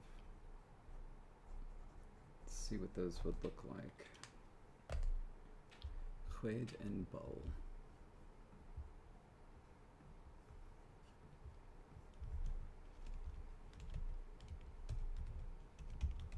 Let me make sure that is not pharyngalized. Oh dear. Do we hit an error? No. What does it come out as? I can't read that small. Affad. It's a long a, long a.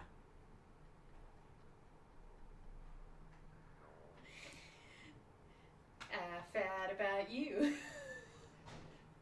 Bull just comes out as bow. Fad bow. I mean, it would definitely, I would say, be a candidate for some major reduction if it does get used as a copular form. You know.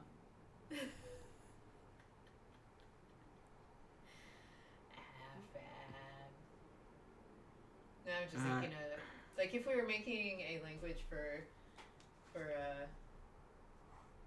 birds, this would be perfect.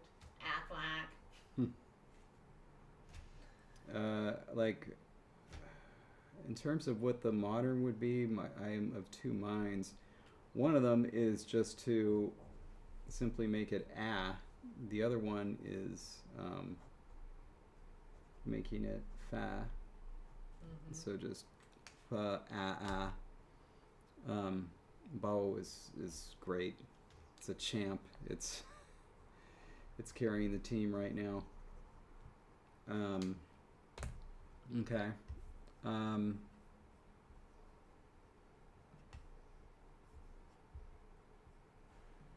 And then I suppose one option is and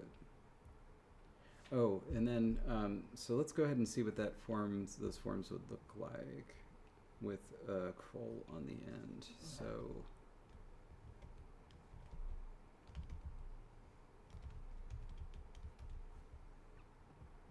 I do like where this is going in terms of a poll for the week.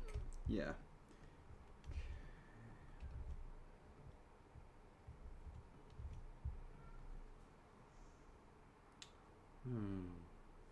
Errors.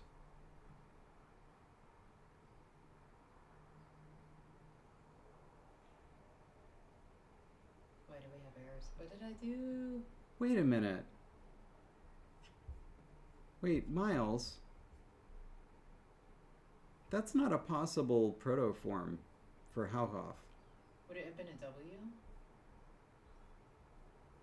That changed to a V? I don't know, but hold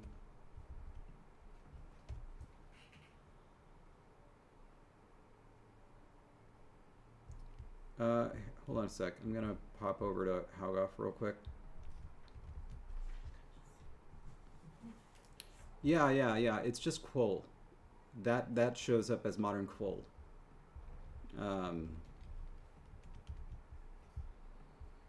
Yeah. Okay. Sorry about that. So yeah, no, it's the beta isn't there.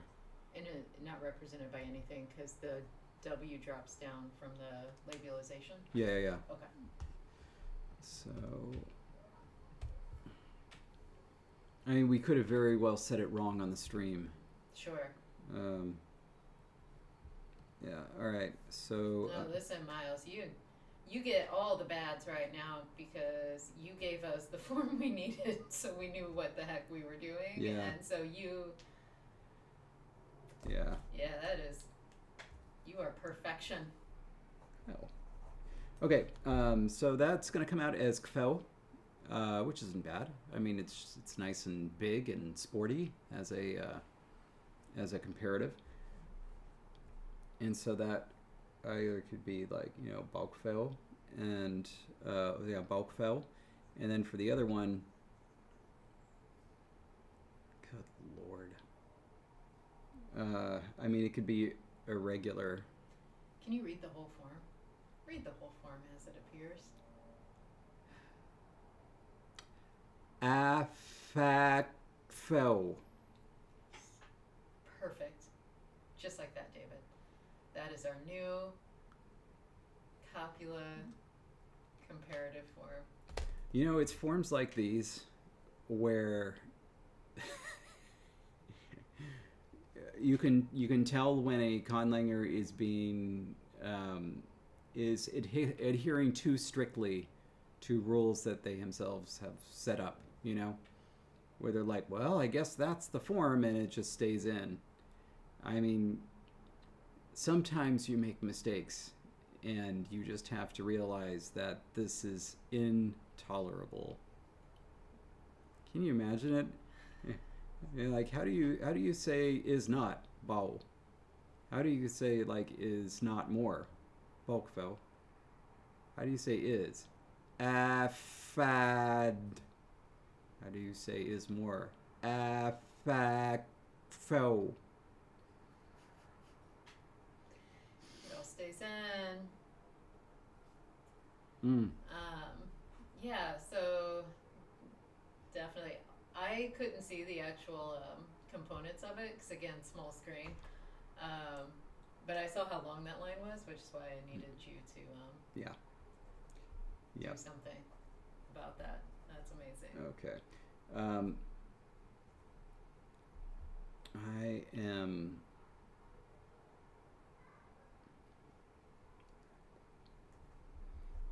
I think that we have, like for our option A, I think we'll have an A1 and an A2.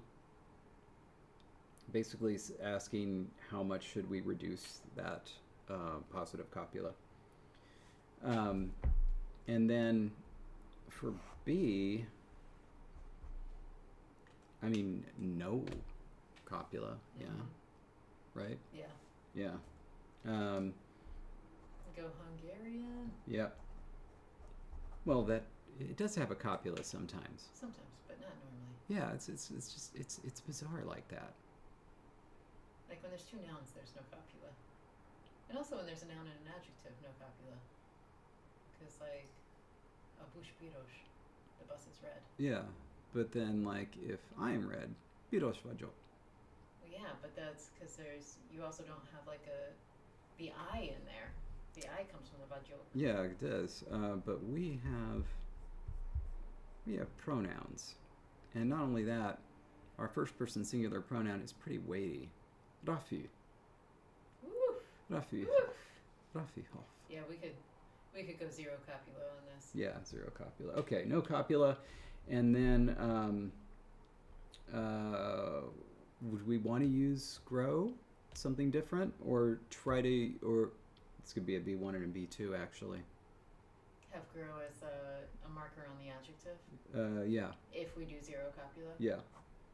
Well, I guess too, you could decide, do you like the comparative copula, or do you like to grow as gosh, this is like a million different combinations you can get. Not a million, but Let's see what several combinations you can get. out as. Let's see.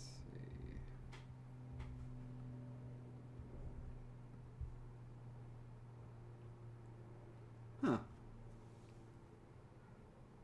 That doesn't seem right. Tao comes out as Tao. That doesn't seem right. Why not? Because it's a diphthong. Pronounced as a diphthong? It looks like it's coming out as two separate vowels. I didn't program diphthongs into Lexergy. So if it sees a vowel, I can't make Lexergy see two vowels together and say they belong in one syllable. Huh. without coding in the diphthongs specifically. If anyone knows how to do that, let me know, because I've been struggling with this with a lot of my languages, where it's like I want it to see two vowels side by side and keep them in the syllable structure together, but like it always syllabifies it in between the two vowels, unless I go in and say like AU and define it as a diphthong. But if I do that, I can't, like, that takes away it recognizing A as a vowel in its own right, and it takes away any changes that. So anyway. No, if you look at the screen, something weirder is happening. Because if you put an eu in the proto, it comes out what it's supposed to. U, long U. Mm-hmm. If you throw an H at the end, it comes out U. Okay. It's this da on the front that is messing things up. That's what's giving us tau. I think it's producing a sequence that that we don't do anything for.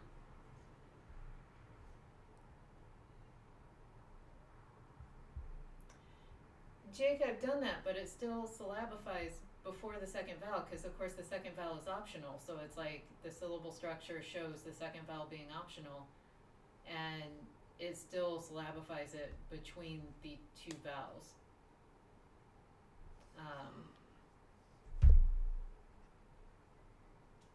On this one, I don't remember exactly how the syllabification works, but like I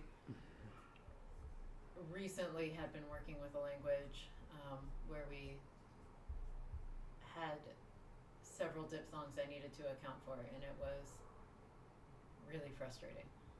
Okay. So for the final lengthening, which is a sound change, all remaining sequences of oi and eu become u. Mm-hmm. And then u becomes oo. Mm-hmm. But we did not anticipate there being a sequence of a-oo at this point. Okay. And because of that, nothing happens, and it just comes out as a sequence of vowels. We're getting a-oo because of the tha at the beginning. Mm. But I think that previously a-oo just becomes ow, right? We allow that sequence. We allow ow as well as o. So that is what that should become. So it should become tau. All right. Good. Good. All right. All right. Yeah. So then one option, tau is a copy as the comparative. One option is going to be kvo. And then you also mentioned, so that's going to be B1 and B2. You mentioned another option that I actually had not considered, which is different enough to be option C, which is only comparative copula.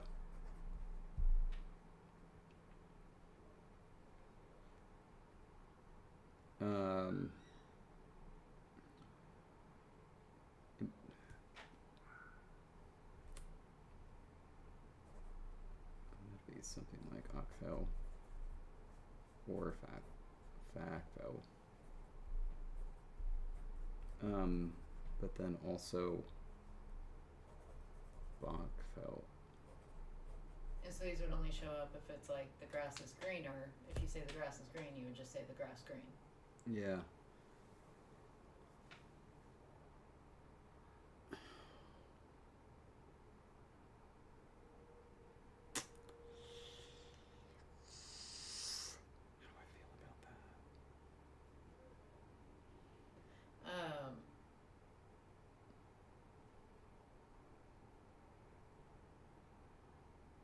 We haven't talked about negation strategies in this language yet, have we? No, that's something that, yeah, because I know that your mind immediately goes there when you're thinking about all these things.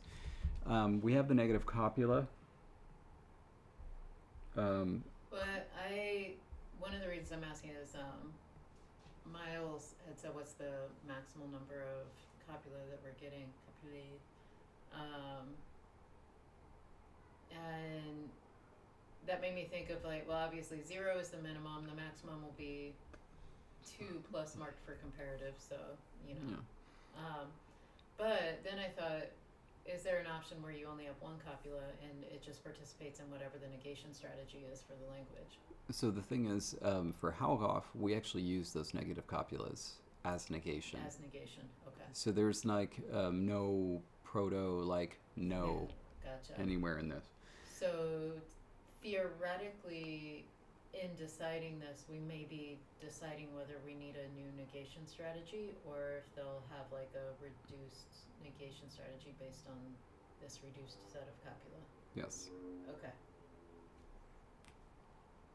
So that'll be something to give thought. And obviously we can't use both negators if we're not going to use those doggish copulae at all. Right. It's only going to be the purple negator, as we called it. The bao. Right.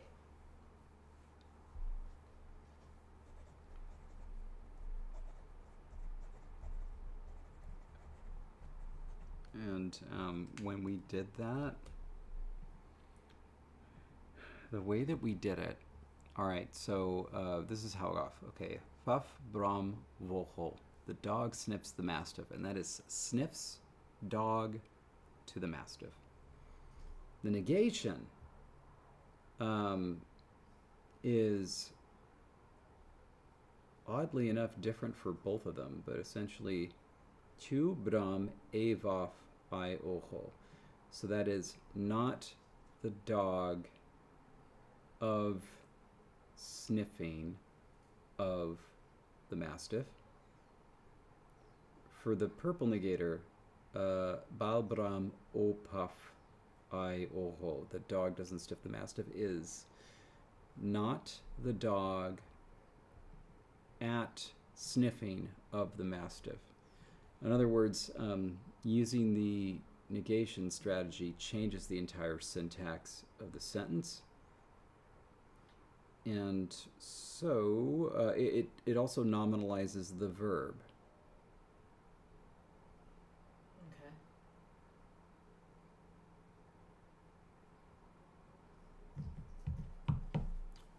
It's really cool, but I don't know if it makes as much sense with the Fox language, because there's such a smooth transition in Haughòf. There's also very little distinction between lexical classes, right? And so just having a verb become a noun is very simple. And not only that, these things are essentially understood phrasally. So it's not as if when dogs are speaking, they think, you know, the dog is not of sniffing of the mastiff. They just think this is the construction for negation. This is how you say the dog doesn't sniff the mastiff.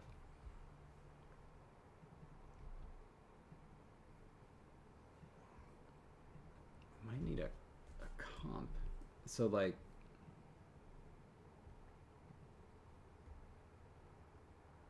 I can understand why, because like especially, so ball was essentially like a negative locative, right? And so it's like the dog is not at sniffing of the mastiff. That's why that's that way. Right. But if it was ball, o, and then some sort of generic pronoun, that entire thing could be fronted as negation. Right. And so say like, basically it is not there, the dog sniffs the mastiff. Right. Yeah. That's an interesting strategy. I do like this.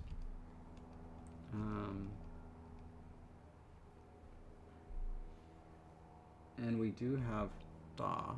It's a very generic pronoun. Just comes out as da. Okay. Balta. Balta. I like it. Yeah.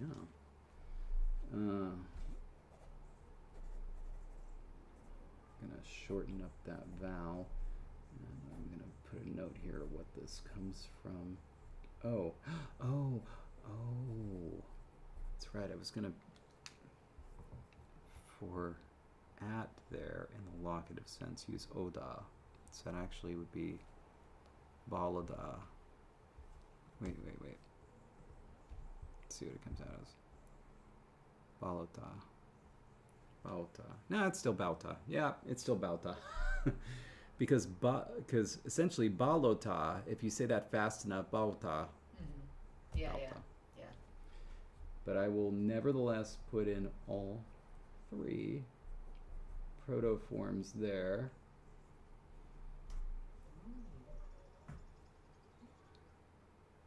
And Karis, thank you for the non-syllabic thing. Next time, right now I figure in most of the Lexergy projects that I have been working on, I have figured out ways around my issue that are clinky in their own rights. But next time I do one, I will remember to actually post like a screenshot of what I'm writing and why can't I make it do what I want it to. I will post that. Because right now off the top of my head, it's like I can't remember which language it was that I had recently been like growling at my computer. And then I went in and defined diphthongs because I was like, well, if I must, I must. And I defined them. Which then broke some other things, so I had to go back and change those too. Oh, it was a journey.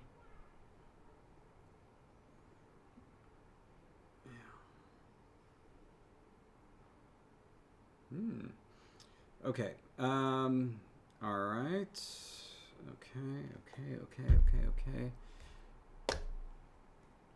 All right. Good. Yes, I think that about. Yes. I think that about settles it. Well, it's been a heck of a day. Some things happen. Gosh, I'm so excited. I went rather from never having been to England or the surrounding area of England ever to now I will have gone 3 times in a year and a half. That's amazing. I love it. Technically in less than a year and a half. That's true. So, very, very, very excited. And so, yay. And also thank you to everyone working with David in the background on this. You're all amazing secret holders. Because knowing about it in advance without saying anything or accidentally dropping any clues in Discord, although, you know, I'm behind on Discord anyway. I guess if you dropped a clue, I didn't notice. But without doing any of that, thank you all for helping and making this possible. Goodness gracious. And by Miles, I think you're heading out. We're in our last minute. Yep. Saying all of our farewells. the long farewell. We'll be streaming next week as normal. Yeah, it'll be our last stream of May. Yeah, that's May 29th. That's weird. Right? David, you're making a face? Well, We're streaming, I thought the think. 29th was Meridian's last day of school. If it is, then her last day is a Thursday. But I know that her last day is a Wednesday, so I guess it's the 28th. Huh. And so, Why am I thinking of 29th? It's because it's Hela Torsday. that's what it is. I think I know why you're thinking 29th, but I will tell you after the stream. Understood. The 29th is Tethys's birthday. Oh! Yay! Happy birthday. How exciting. A lot of birthdays in May, I think. Well, cool. Well, thank you all for being here. Yeah, thank you so much. We hope to see you in October, either online or in person, whatever. We hope to see you next week, and yeah, thank you for everything.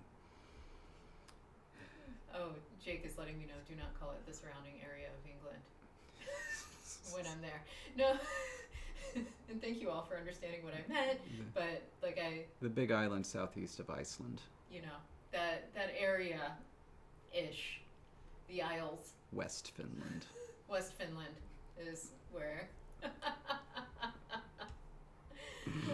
But thank you all, and Yeah. see you next week. Stay grammar, everybody. Bye-bye. Bye.